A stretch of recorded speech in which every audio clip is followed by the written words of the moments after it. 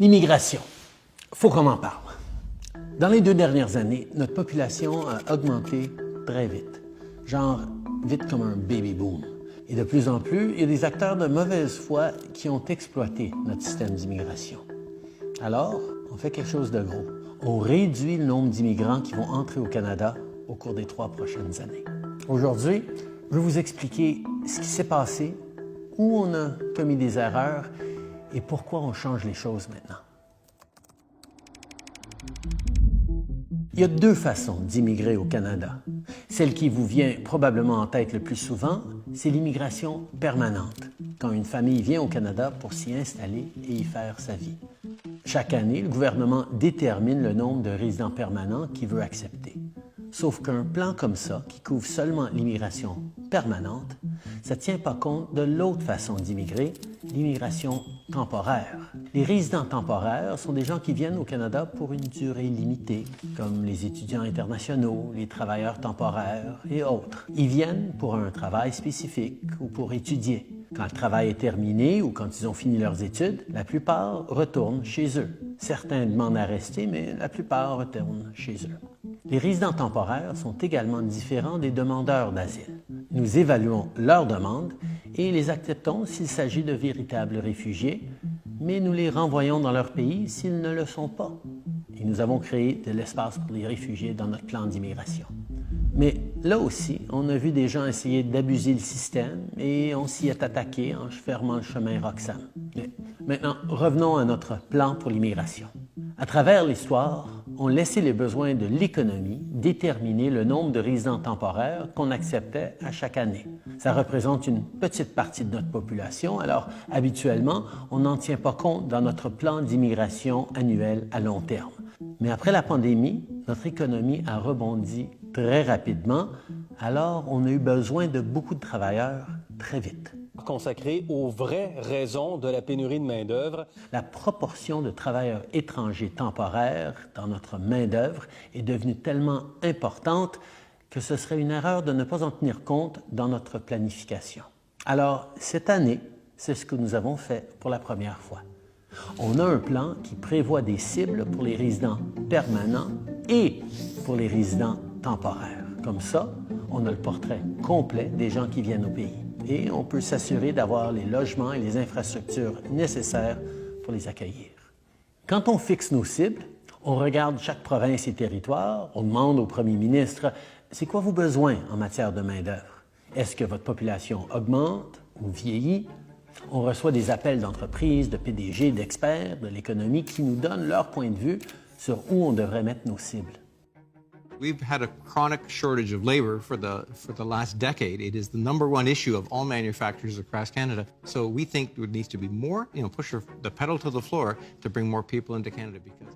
On a fait une entente avec Ottawa sur le programme des travailleurs étrangers temporaires parce qu'on a facilité l'accès aux travailleurs étrangers temporaires dans le secteur manufacturier. Chaque secteur veut des choses différentes. Mais après la pandémie, ils avaient tous le même message. Après 2 ans avec les frontières fermées, il nous faut plus de travailleurs vite. Alors, on a fait venir plus de travailleurs. Et ça a été le bon choix. Notre économie a connu une croissance. Les restaurants et les magasins ont rouvert leurs portes. Les entreprises ont passé au travers et surtout, malgré les prédictions de beaucoup d'économistes, on a évité le pire des scénarios, une récession. Mais il y en a qui ont vu ça comme une occasion de truquer le système. On a vu beaucoup de grandes entreprises le faire. The government says the program has been used to get around hiring Canadian workers in some instances. Et beaucoup trop de collèges et d'universités se sont servis des étudiants étrangers pour augmenter leurs profits. There are the diploma equivalent of puppy mills that are just churning out diplomas. There is fraud and abuse, and it needs to end. Parce qu'ils peuvent leur facturer des dizaines de milliers de dollars de plus pour le même diplôme. Mais on sait aussi, il y a de ceux qui exploitent carrément le monde. Ils recrutent des travailleurs ou des étudiants temporaires, ils leur promettent des emplois, des diplômes et des voies faciles vers la citoyenneté, des promesses qui se réalisent jamais. Avec le recul, quand notre gros rebond économique d'après-pandémie s'est terminé et que les entreprises n'avaient plus besoin de la main-d'œuvre supplémentaire, comme équipe fédérale, on aurait pu agir plus vite. Mais c'est ce qu'on fait aujourd'hui. Now, it is time to make the adjustments to stabilize the immigration system that we need and get it working right for Canadians for right now. L'immigration relève surtout du fédéral. Bon, sauf au Québec, mais ça, je vais en parler plus tard. Ailleurs, on a tous les outils pour garder la situation sous contrôle. Et on le fait. This is a big change, a major cut to immigration. La cible originale pour 2025, c'était 500 000 nouveaux arrivants. On ramène ça à 395 000. C'est une grosse diminution. Voici le nouveau plan du Canada sur les seuils d'immigration. On va réduire le nombre de nouveaux immigrants qui entrent au Canada, les temporaires et les permanents. On veut des résidents permanents qui ont les compétences dont on a besoin. Des travailleurs de la santé pour nos hôpitaux et des travailleurs de la construction qui vont nous aider à bâtir plus de logements. Et les résidents temporaires qui habitent déjà au Canada, il y en a qui vont déposer leur candidature pour devenir résidents permanents, mais c'est planifié dans nos estimations. D'autres quitteront le Canada quand leur résidence temporaire sera finie et ça va réduire notre population. Certains pourraient faire une demande d'asile quand leur visa sera expiré, en essayant d'utiliser ce système comme un raccourci pour rester au Canada. Eh bien, ces demandes seront analysées et traitées, et si elles sont rejetées, ces gens-là seront renvoyés chez eux.